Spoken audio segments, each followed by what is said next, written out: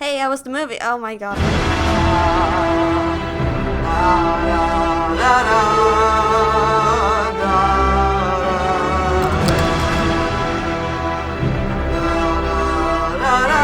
So I take it the movie was good then, right? Dude, it was incredible. Like, I knew it would be good, but I don't think it'd be that good, because God knows that's a hard thing to manage. There's like 60 heroes in this thing, and I didn't think they'd actually manage with it in a functional way, because you need to have like a functioning script and a functioning story and everything, but they really made it work, and I don't know how, but I love it so much, and you need to watch this like right now. Yeah, no. Wait, what? Yeah, I don't really have the time or the money to go watch it. Okay, hold the fuck up. This is what the last 10 years of our lives have been building up to. You need to watch it, like, right now. I might in like a few months, but I don't really care that much anyways. What? How? Don't you want to know what happens? I mean, yeah, but I don't really care that much about really watching it. So what happened? Are you saying I can summarize it? Yeah, sure. 1 second.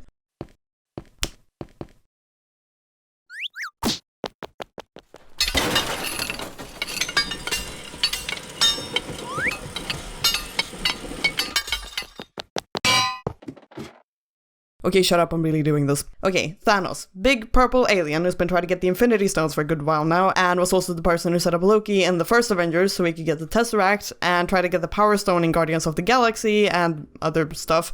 And he has basically gone, oh fuck this, I'll do it myself. Cause the people they usually send out either fail or turn against him before failing. Both of the times it was because of a superhero team. So it's kind of assumed he's already fucked up Sandar because he already has the Power Stone, and the last known location of the Power Stone was on Sandar. So the movie actually opens on the Asgardian refugee shuttle, which was heading to Earth. Really long story short, Asgard got fucked in Ragnarok after shenanigans, and Thor, who's now king for the record, because his dad is dead, is like, to Earth we go, because my buddies are there, and also Loki and the Hulk are with them.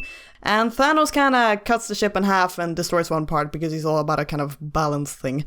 Thanos goes there because Loki has the Space Stone, aka the Tesseract, and he kinda beats the shit out of Thor, who's convinced that the Tesseract is destroyed because it was in the Asgardian treasure vault when it all went boom, but actually Loki was the last one in the vault, and like the sneaky kleptomaniac god of mischief that he is, he took it. So, well done Loki, you fucked everything up. No, I like Loki. So Thanos is like, hand me the stone or I kill your bro.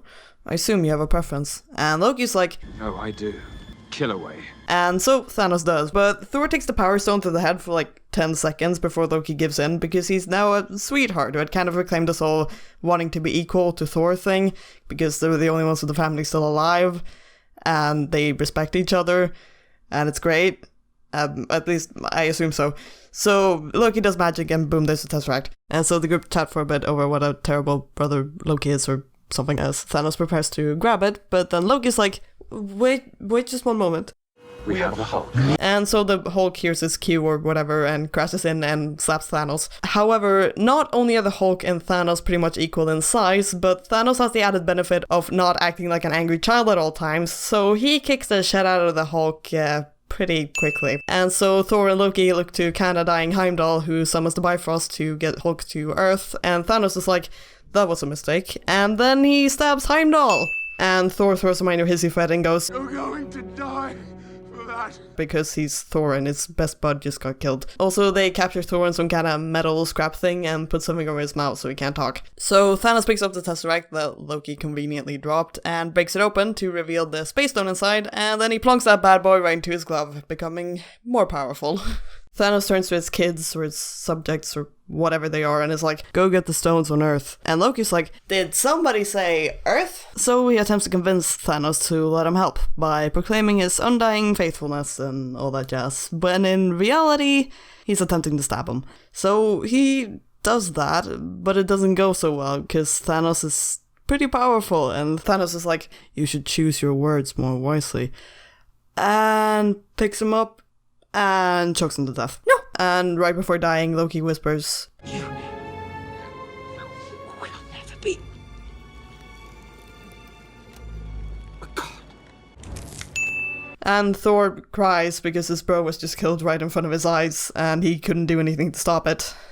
This guy is gonna end up some issues. And so the Thanos gang skedaddle and leave dying Thor on an exploding ship with his bro and best buddy dead and also half of his subjects because Thanos really doesn't like him or something. Back on Earth, the Hulk crashes through Doctor Strange's place, turns back into Bruce, and is like, guys, Thanos is coming.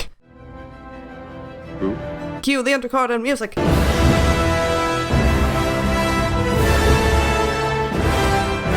Okay, so Tony's having a chat with Pepper about wanting kids or whatever. Yeah, they're engaged now, by the way. But then Doctor Strange shows up and it's like, yo, we need your help. Like, right now. So they take him back to Strange's place and start explaining the life, universe, and everything, and Infinity Stones and all that stuff. And Tony's not really paying attention, is mostly looking like he's thinking, did a wizard just kidnap me and start bossing me around? So after the brief briefing about the history of the universe or whatever, Tony's like, cool beans, let's put your stone down the drain then. But Strange is like, nah, which this entire movie could probably have been prevented if you just listened to Tony for this one instance. Strange, you're supposed to be smarter than this. Anyways, with Strange being overprotective, they come to the conclusion that they need to find Vision, since he has the Mind Stone in his head, but they don't know where he is. And Tony's like, the person most suited for finding him would be Cap, but I don't want to call him. And so he explains the entire Civil War situation to Bruce because he's been in space for 2 years, and then Bruce tries to convince him to call, and Tony almost does, but suddenly spaceship. No, he doesn't want to call Cap. So cute. So the gang banter a bit with this Thanos alien who's like, give me the stone, and Tony's like, nah, and slaps him with his new nanotech suit. So they fight, and the alien quickly corners Doctor Strange because he has the stone in his necklace, and that's kind of what they're after. But turns out Doctor Strange put a spell over it, so they can't reach it without his cooperation. So the alien does some quick thinking or whatever and steals Strange. And meanwhile, Peter's spidey senses go off, notices the big fuck you spaceship smack bang in the middle of New York, and he joins the fight. Tony's like, yeah, an alien just stole a wizard because he really wants his necklace, and we kinda need that back, so could you be a dear and just go fix that for me? And Peter's like, okay, whatever you say, Mr. Stark. Bruce and Wong, well, yeah, Wong is there, I forgot to mention him, fight this other alien in the meantime, but that's not important. So the alien steals Strange and stuffs him in the spaceship, but Peter hangs onto it and Tony follows. Wow, smart move, Peter. So Peter ends up passing out because lack of oxygen and higher levels of the atmosphere, and he nearly falls to his death, but luckily Tony has a special spidey suit that he puts on him that lets him breathe somehow. But then he deploys a parachute in it that he somehow fit in it because protective dad instincts. But Peter hangs on because he's Peter, and he's also in need of a bigger role in this movie than just that. Yes. So they go to space, and Tony's mildly salty over the fact that Peter followed him, but then they end up saving Strange by the power of old movies Peter's seen. Bear with me, this makes more sense than it sounds. Did you ever see this really old movie, Aliens? Since he's seen Alien, he knows that spaceship plus hole equals lots of air getting sucked out, including everything else in the spaceship, and so they use that to kill the alien and save Strange. Okay, so now everybody's pissed. Strange is salty because he almost got killed while being rescued, and also Peter low-key insulted him. Doctor Strange. Oh, you're using your made-up names. Tony is salty because they're in space, and that by extension means Peter's in space, and Peter's just making pop culture references and being Peter. Anyways, they should probably be getting back to Earth, but then Tony's like, you know what? I want to meet this Thanos guy, because he's been the reason I've had PTSD for 6 years, so let's just go wherever the spaceship takes us. Like any reasonable person thinks. And incredibly, everyone agrees. Why? You have every option not to. Also, Tony dubs Peter so he's an Avenger now or something. Anyway, cut to Guardians of the Galaxy. Oh, right, they were in this movie. They received a distress call from a shuttle and are going there to save people and hopefully get money for it. Unfortunately, that shuttle is the Asgardian refugee shuttle, and everybody dead. But Thor isn't, so they pick him up. Also, Groot is a teenager now, and it's great. He plays a game all the time. I don't know which one. It's like an 80s handheld thing, which only plays one game. No, teenage Groot. Anyways, Mantis reads his mind or whatever and wakes him up. And Thor and Gamora have a chat about Thanos, and Quill gets kind of defensive because Thor's Loki, flirting with her. And then Thor's like, I need to go to this unpronounceable place so I can get a new hammer because my sis destroyed my old one, and steals a life pod. But Rocket, Thor keeps addressing him as a rabbit, by the way, and it's great. It's like, bro, unpronounceable place? I gotta go there, they have sick weapons, bro. Nidavellir is real? In my defense, not even Chris Hemsworth seems to know how it's pronounced, and nobody on set stopped him. So he comes to Thor, and also Groot comes along, and Thor convinces the rest of the group to go to the Collector guy, because he has the Reality Stone in form of the Aether, so Thanos can't get it. That was one long sentence. Yeah, it was. Okay, cut to Vision and Scarlet Witch. Scarlet Witch dies, right? Shh, spoilers, that comes later. Okay, I'm sorry. So they have a thing going on, and it's actually pretty adorable, but Vision has promised to keep in contact with the Avengers, but he doesn't because he wants to spend time with Wanda, and it's adorable. No. Also, he has a human form now. I don't know, Vision's capabilities are weird. So he complains about what's basically a headache because the stone in his head keeps doing stuff and he doesn't really know what. He thinks he's trying to say something, but he really has no idea. So they go for a stroll because Vision's gotta leave, but then they look at the news and see that shit has gone down in New York, and then they get attacked by 2 aliens that I think are Thanos' kids because he has kids. And they attack Vision pretty brutally because he's pretty much defenseless. Luckily, Wanda's like the most powerful being in the universe and is like, hands off my boyfriend, so they fight him off for a while. I thought you said attracted by 2 aliens at first, and I was very confused. That is not what I said. Oh, by the way, I forgot to mention, before Tony went to space, he dropped his Cap phone, which Bruce picked up and called Cap. Also, Wong noped the hell out of there. He is not prepared to deal with this shit. Also, Bruce can't turn into the Hulk for some reason, because the Hulk is like a separate being or character now, and he's like, nah bro, except he's the Hulk, so he's like, no! No! In Hulk. Sorry, I like that part. That is exactly what happens though. Anyways, back to Vision and Wanda. They are getting pretty much destroyed, but in the nick of time come the now vigilante part of the Avengers, whoa! Which is Cap with a now magnificent beard, Nat, and also Falcon. I don't like beards. How can you not like beards? All hail the bears. The beards. All hail the bears! Stop, I fucked up, I know. Anyways, they swoop in to save the day and the aliens retreat. Yeah. At Avengers HQ, Rhodey with a robot leg is having a discussion with Jerk General What's-His-Face from Civil War. And it's pretty clear that he's not very happy over having the General deciding over him now, because the Accords and stuff. Aw, Rhodey. Anyway, in come the Vigilante Avengers, and Cap recaps the situation, and it's like, Earth just lost its greatest defender. Which, considering that the news had reported Tony as missing after the events of New York, probably means that Cap considered Tony's Earth's greatest defender, and my heart really can't handle that fact. Aw, that's adorable. But the General's having none of that and goes, arrest them, to Rhodey, and Rhodey's like, ooh, and is like, glad to see you guys, because Rhodey is awesome. What? I found this and I love it. That's actually very true. But also, why? If he turns up in Infinity War 2 like that, I will never let it go. I think it's Photoshopped. How's it going? No, it's real. No, it's not. It is. He's done interviews about it. Why? No. I have no idea. Bring back the beard, please. Save, please. Please. I have a faint recollection of attempting to explain a movie here. What happened? Beards, right? Fair enough. Bruce is also at HQ, and it's awkward, because Nat is there now, and they had a thing going on like 3 years ago, so they're both like, hi. This is awkward. I still ship it a little. I will admit it's not the worst pairing, but it's pretty obvious that they took the only female in the team and put her together with the big scary monster so they can calm him down easier. And it's just kind of lazy writing, but it's still kind of cute. I don't know. Anyways, Vision's like, we need to destroy this thing. The stone. And I think if enough similar power was used, it could work. And that power means Wanda, because she has her powers thanks to the stone. Yeah, sure, typical Marvel stuff. Wanda's not too happy about that, because it would most likely mean killing Vision, since that thing is very firmly planted into his head, and since it is the Mind Stone, it's also part of his personality, so even if they could dispose of it safely, there's a risk that Vision would stop being, well, Vision. Vision's all for dying. Okay, not really, but he prefers it over the other options that they have, which are none. But Cap is his usual Paragon Cap self, and is like, we don't trade lives for lives. Even though this movie could have been a lot shorter if they did, but I can't be mad because Cap. Despite Cap's admirable selflessness though, they don't really have many options, because they can either destroy the stone right now, and Vision will die, but they make sure that Thanos can't get it, or they can let Thanos get the stone, and Vision will still die. So they're between a rock and a hard place, really.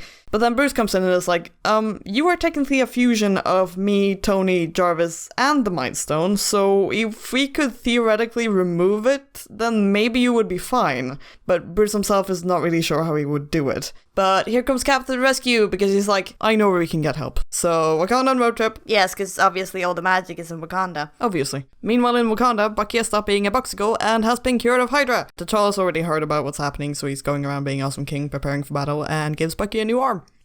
Side note, T'Challa briefly calls Bucky the White Wolf. The White Wolf has rested long enough. Which is a character in the comics who's T'Challa's adoptive Caucasian brother and also the head of Wakanda's secret intel. And I don't know about you, but I am 100% down with a Bucky and T'Challa bromance. Okay, so the Guardians that are still aboard the ship, that would be not Thor, Rocket, and Groot, are having a discussion. Okay, well, Gamora and Quill are having a discussion. Gamora's kinda down, because she's about to probably face Thanos, and she's his adopted daughter, and she hates him. And also she knows a secret that Thanos may never know, and she tells Quill this, but she doesn't tell the secret because too dangerous. Then she makes Quill swear that if Thanos gets her, he'll have to kill her. What? Needless to say, Quill is not thrilled over the prospect of killing his girlfriend, and is also very confused probably because he's not so used to everyone being so serious about stuff. But Gamora makes him swear on his mother, which he does. He basically just says sure, but I suppose that counts. And so they kiss, and it's cute, but then they're interrupted by Drax pretending to be invisible because he's the comedic relief character of this movie. And I can't be mad because he's pretty funny. I've mastered the ability of standing so incredibly still that I've become invisible to the eye. Cut to probably some other place, but since I explained all the other plots ahead of myself, I can't do that, so the Guardians just arrive to nowhere where the Collector is hiding. Okay, not hiding, that's just where he lives. They notice that everything is pretty much destroyed, apart from the Collector's place, so they land and sneak inside, where Thanos appears to be interrogating the Collector, who swears that he doesn't have the stone anymore because he sold it. Quill wants to eavesdrop to find out where the stone is, but Drax is like, he killed my family. Screw this, and tries to attack him right then and there. Luckily, Mantis puts him to sleep, so that worked out. But then Gamora goes right at him and stabs Thanos in the neck. Yay, it worked! Wait, what worked? Everything worked out! What are you talking about? You said it worked out. Oh, right, yeah. Okay, well, Thanos is like, daughter, why? As he dies, because he's actually kind of likable, and even though he does horrible things, he wants to collect the Infinity Stones to help the world, even though his view of helping the world is incredibly skewed. And Gamora starts sobbing because killing your father figure is a traumatic experience. Then he starts speaking to her in the kind of, I'm dead, so now I'm everywhere way, and it's like, I knew you still cared for me. No, but then everyone dies, right? I think this movie is confusing and also cute and sad. You just summarized the movie. Okay, well, surprise plot twist, Thanos is not actually dead, instead he expected the Guardians to come, so he set a trap with the Reality Stone that he now has to make reality appear like he was interrogating the Collector. He did this to get Gamora, so he grabs her and Quill's like, hey, and the Guardians bring into action. But Thanos is now pretty insanely powerful, so he makes Drax and Mantis fall apart, temporarily, but they can't fight.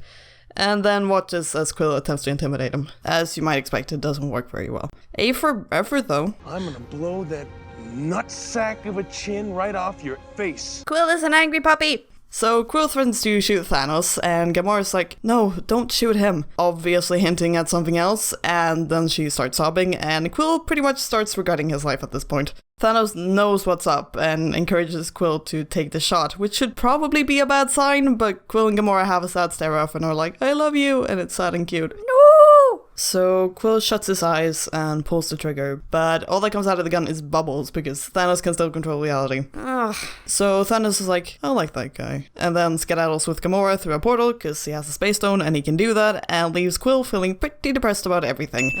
Cut to Thor and company heading to unpronounceable place. Thor is basically telling his life story to Rocket about how his family is dead because his mom died, and his sis killed his dad, and his bro is now dead because he tried to stop Thanos, and also his best bud Heimdall is dead. Oh yeah, and his sis took out his eye, so now it looks like his dad.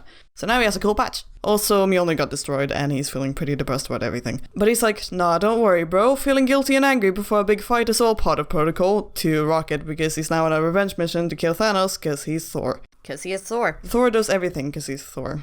'Tis how Thor rolls. But also because Thanos killed his bestie and bro. He's really not feeling great though. Rocket tries to cheer him up so they can chat some more, and Thor's like, I'm 1,500 years old and have fought more enemies than I can count. If the universe wants me dead, then it should have killed me already, so that means I'm practically immortal. And I'm just sitting in the theater going, no, that's not how that works. At all. Rocket's like, hey, yeah, bro, you're not gonna be able to fight with no depth perception, so here's a robotic eye I stole off a guy. And Thor's like, thank you, sweet rabbit, and puts the eye in. It doesn't match his eye color, by the way, so now he has heterochromia. And then he's like, I don't think it works. Everything seems to be dark. But Rocket's like, It ain't the eye. because they've arrived at their destination, and everything's dark, and that's bad.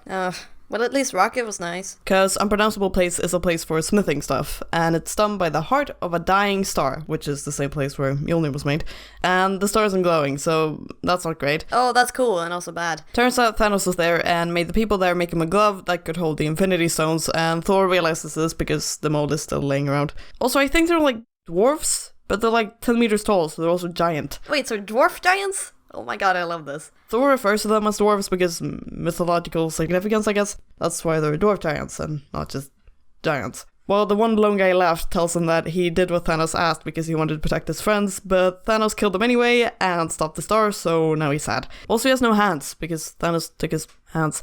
I will keep ranting because this is a long-ass movie. Yes, I assume you're enjoying this. Believe me, if I wasn't, I wouldn't be doing this. Yeah, I kinda figured. So Thor's like, yeah bro, I'm really sorry about everything that's happened, but we really need a replacement for Mjolnir, like, right now, and I think we can do it together. Through the power of friendship. Yay, friends! Okay, he didn't say it like that, but they cooperate to solve the problem, so basically the power of friendship. So since Thor, he restarts the star which powers the furnace for melting metal. He restarts a star. Yes. Makes sense? But they have a problem, which is that the lens directing the star power doesn't want to stay open for long, so Thor's like, I shall force it open myself, putting himself directly in the blast zone, and the dwarf guy's like, but you'll get killed, and Thor's like, only if I die, and the dwarf guy's like, yes, that's what kill you means. That's an actual line in the movie. I didn't make that up, that genuinely happens. I'm using that in real life. By the way, Thor doesn't get a replica of Mjolnir, he gets an axe called Stormbreaker, which can summon the Bifrost. That's pretty cool, actually. It is. Anyways, he holds open the lens, the metal melts, and then he almost dies because of star power. And the dwarf guy's like, I have made the axe part, and if we fully finish it in time, then Thor will be healed, but I can't find the hilt or shaft or whatever, the not sharp part. Ugh, but they magically find it. Not quite. Groot has been sitting around playing games, but now he notices the dying Thor right next to him, so he grabs onto the hot burning metal that is the Stormbreaker and does a tree branch thing that he cuts off from his body, so the Stormbreaker is now part Groot. And it's awesome. Oh, nice. That's like the best part about that scene, otherwise it's mostly Thor being kinda dumb. I mean, he's always kinda dumb. Like a big puppy. MCU summarized. Everyone is a big puppy. I'd watch an Avengers puppy movie. Yes. Yes. Anyways, that happened over like several cuts all over the place because tension needs building, and right after Thor gets the Stormbreaker, he goes off to Earth with his buddies, but I haven't quite explained far enough there yet. Anyways, back to Tony, Strange, and Spider-Man, mainly because they create my favorite plot team of this movie, and I haven't mentioned them in a while. So they're in space, and after Tony somehow convinced everyone to go wherever the spaceship was going, they arrive on a place called Titan. Probably not the moon of Saturn, but I don't know.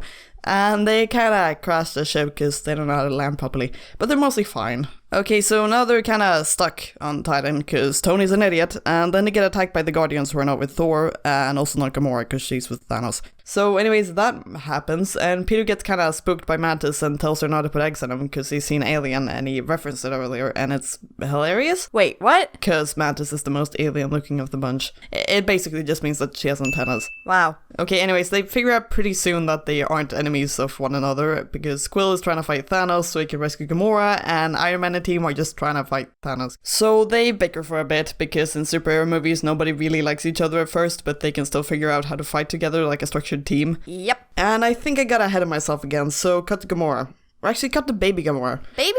I'm getting there. Anyways, when she was little, she lived on a planet which was invaded by Thanos and his forces, which killed half the population, including her mother, but Thanos, being a lovable dad figure that he is, saved her and took her home, basically. No, he's a sweet mass murderer. So now 20 years or so have passed, and Gamora's all grown up, because apparently years are a universal standard of time, and almost everyone are humanoid aliens that age at the same rate. I mean, yeah, makes movie sense. And now Gamora's sitting in Thanos' throne room feeling pretty salty. Thanos brings her some food, but she throws it away, and they have a discussion about how she hated the room, how she hated the throne, and of course how she hated Thanos. And Thanos is like, I'd hope you'd sit in it one day. cause he's kinda sweet, but he also has favorites out of all of his children. And turns out Gamora was pretty much his favorite. Or he's lying, I can't really tell. Okay, by the way, something I haven't actually mentioned that is pretty important to understanding the actual story.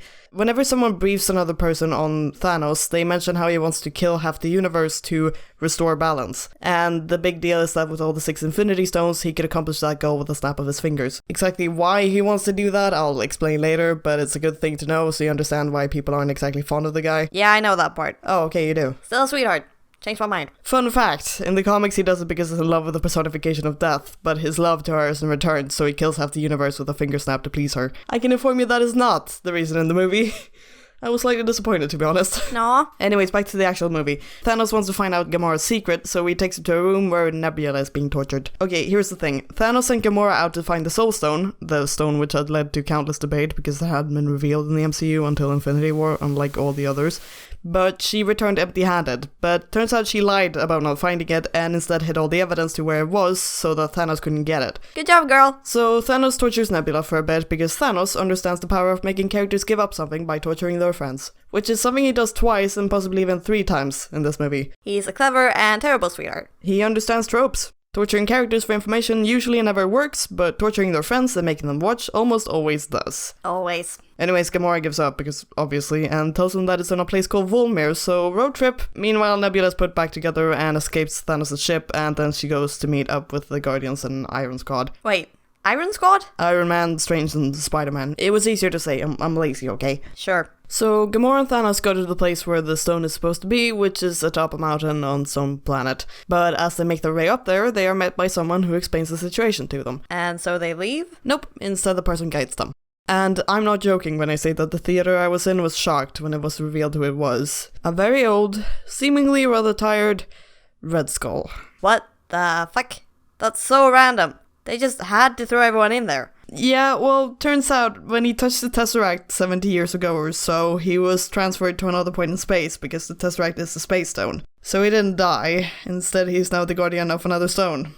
Why? I have no idea. Makes perfect sense. Cut back to Guardians and Iron Squad bickering. They want to surprise attack Thanos, but they can't decide on how, and Quill's ego seems to get slightly dented, because he's usually the boss of things. Oh, and Tiny is the boss here. Tony comes up with a plan, but Quill's like, great plan, except it sucks, and this keeps going for a while. And also they observe that Titan used to be habitable in some form, but is now pretty much out of whack with weird gravity and rotation axis all wrong and stuff. Tony's looking like he's just about to give up on life, but then Mantis makes him stop bickering because she observes Strange doing strange things.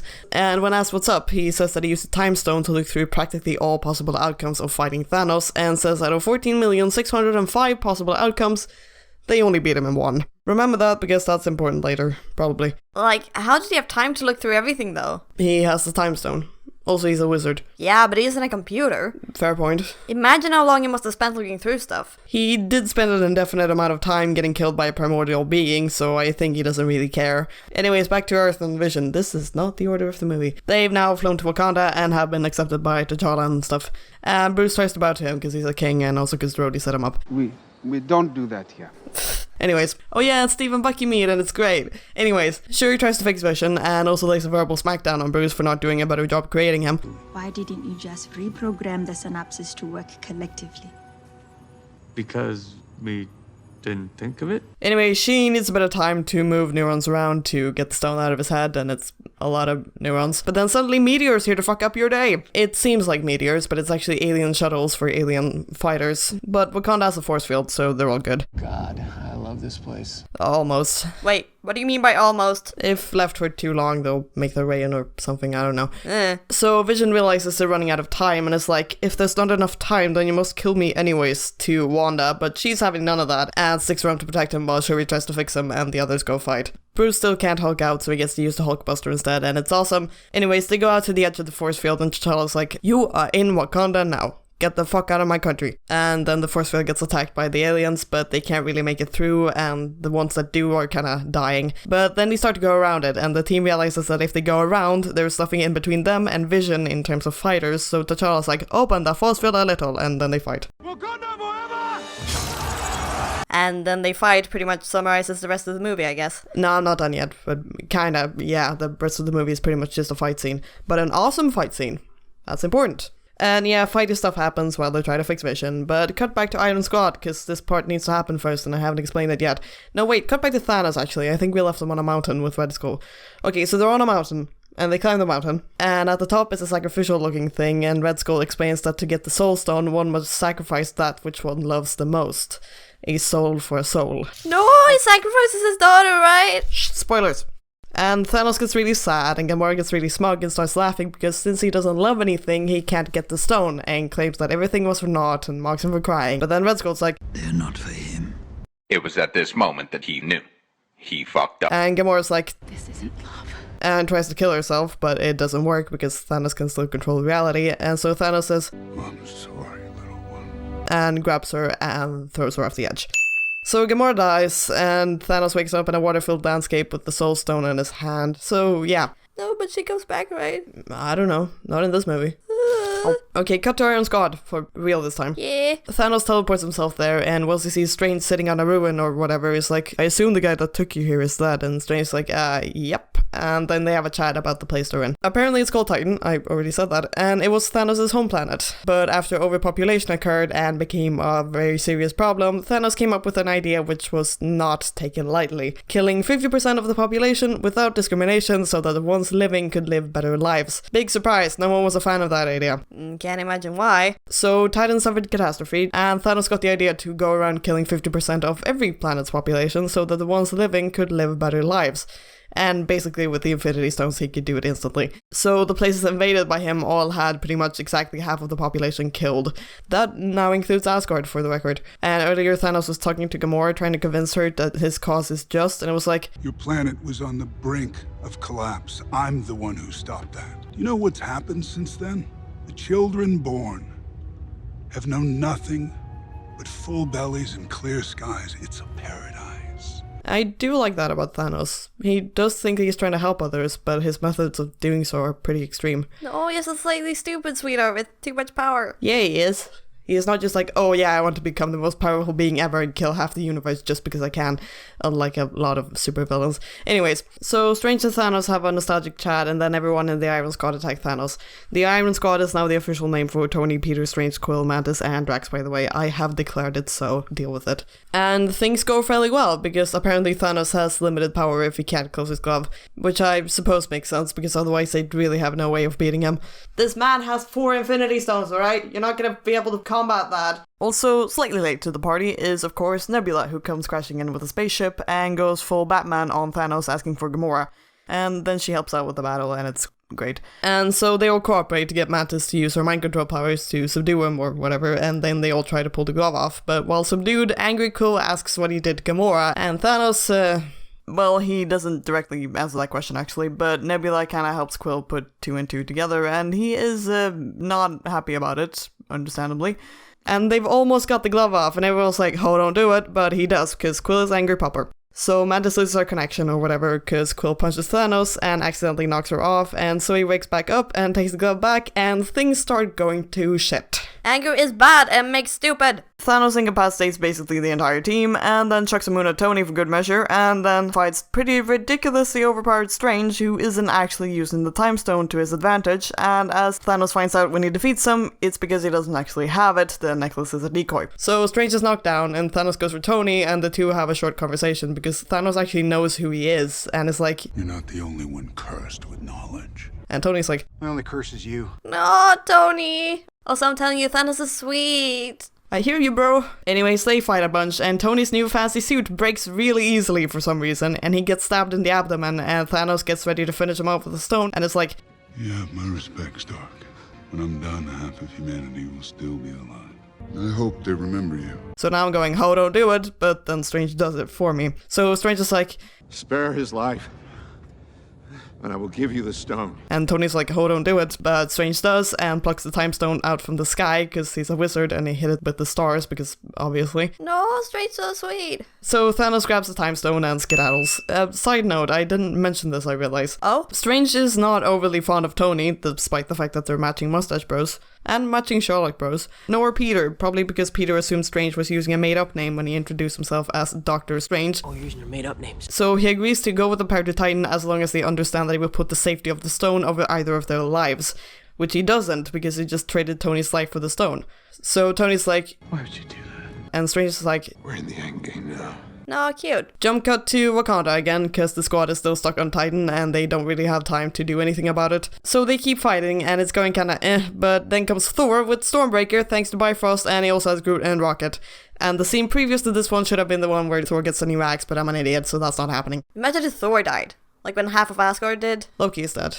I'd trade Thor for Loki. Fair. Oh my god, imagine if Loki showed up instead and it was like, hey, yeah, sorry I tried to murder you all that one time, but I don't like this Thanos guy either, and also he kinda killed my bro, so who's filling up for stabbing him?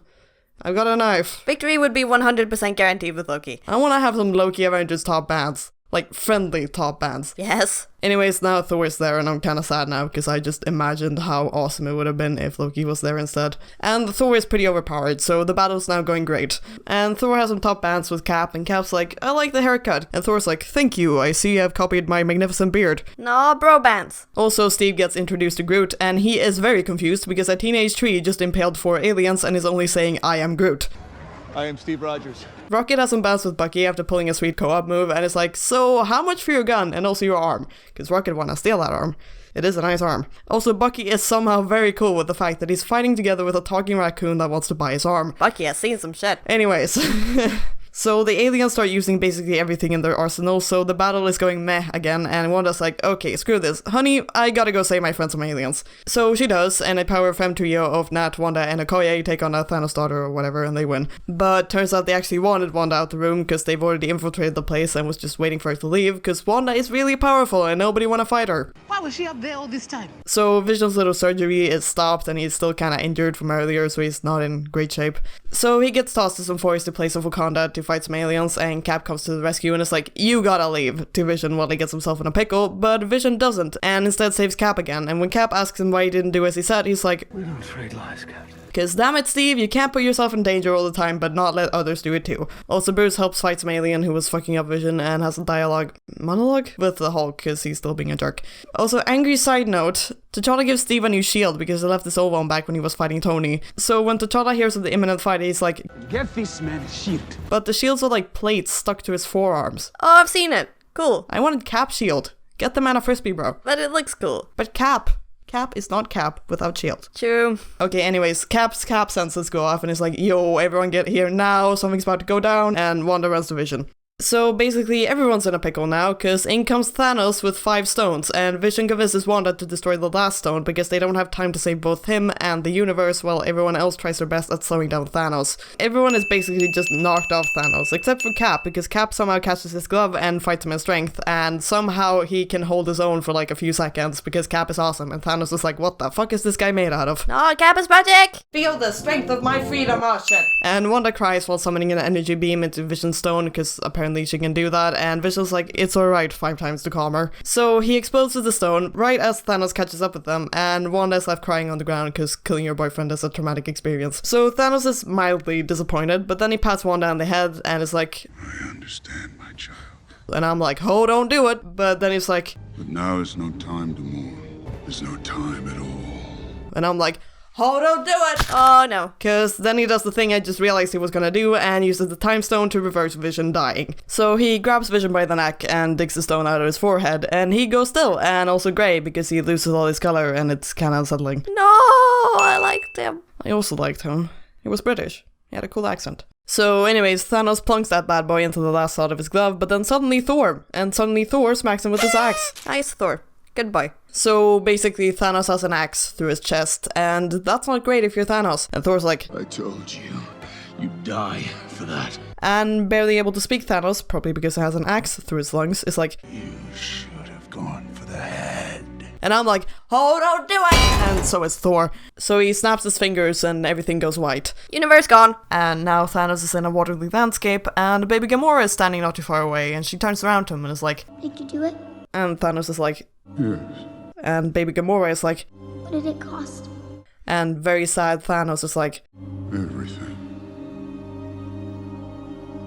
back to reality. Thor's like, What'd you do? and Thanos teleports away, leaving everyone looking very confused.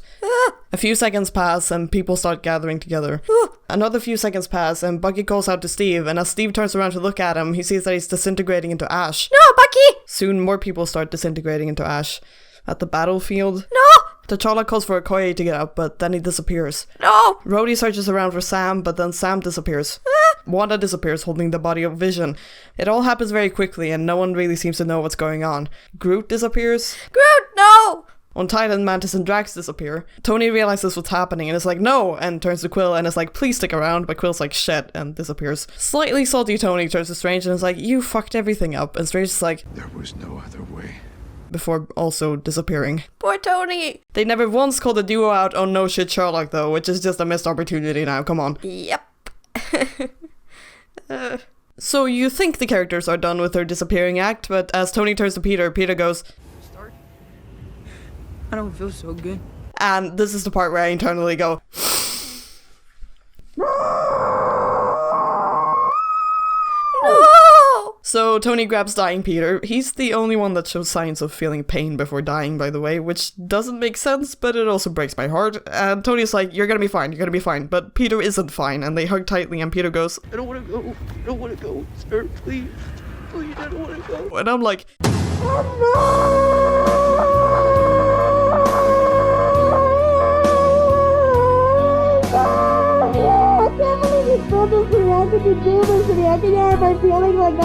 and so Peter tells him he's sorry, and then he disappears in Tony's arms. The only ones left on Titan now is depressed Tony and sad Nebula, who just goes, He did it.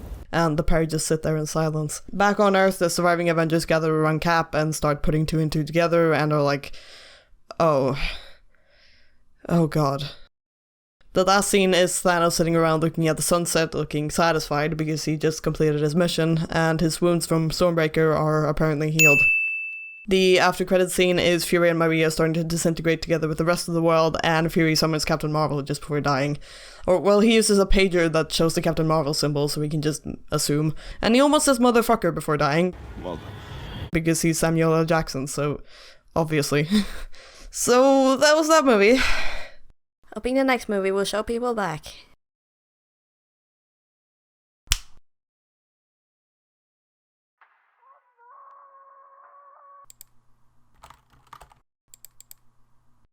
Whoa, hey, I didn't think you'd stick around for this long, but you're here, and that hopefully means you made it to the end of the video, at which point I'm gonna hope you enjoyed it.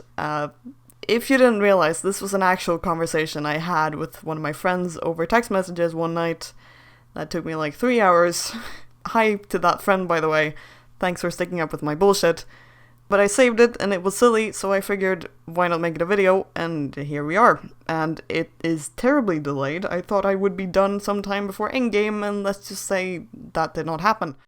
But it's done now, so hopefully that means I can get back on my shit.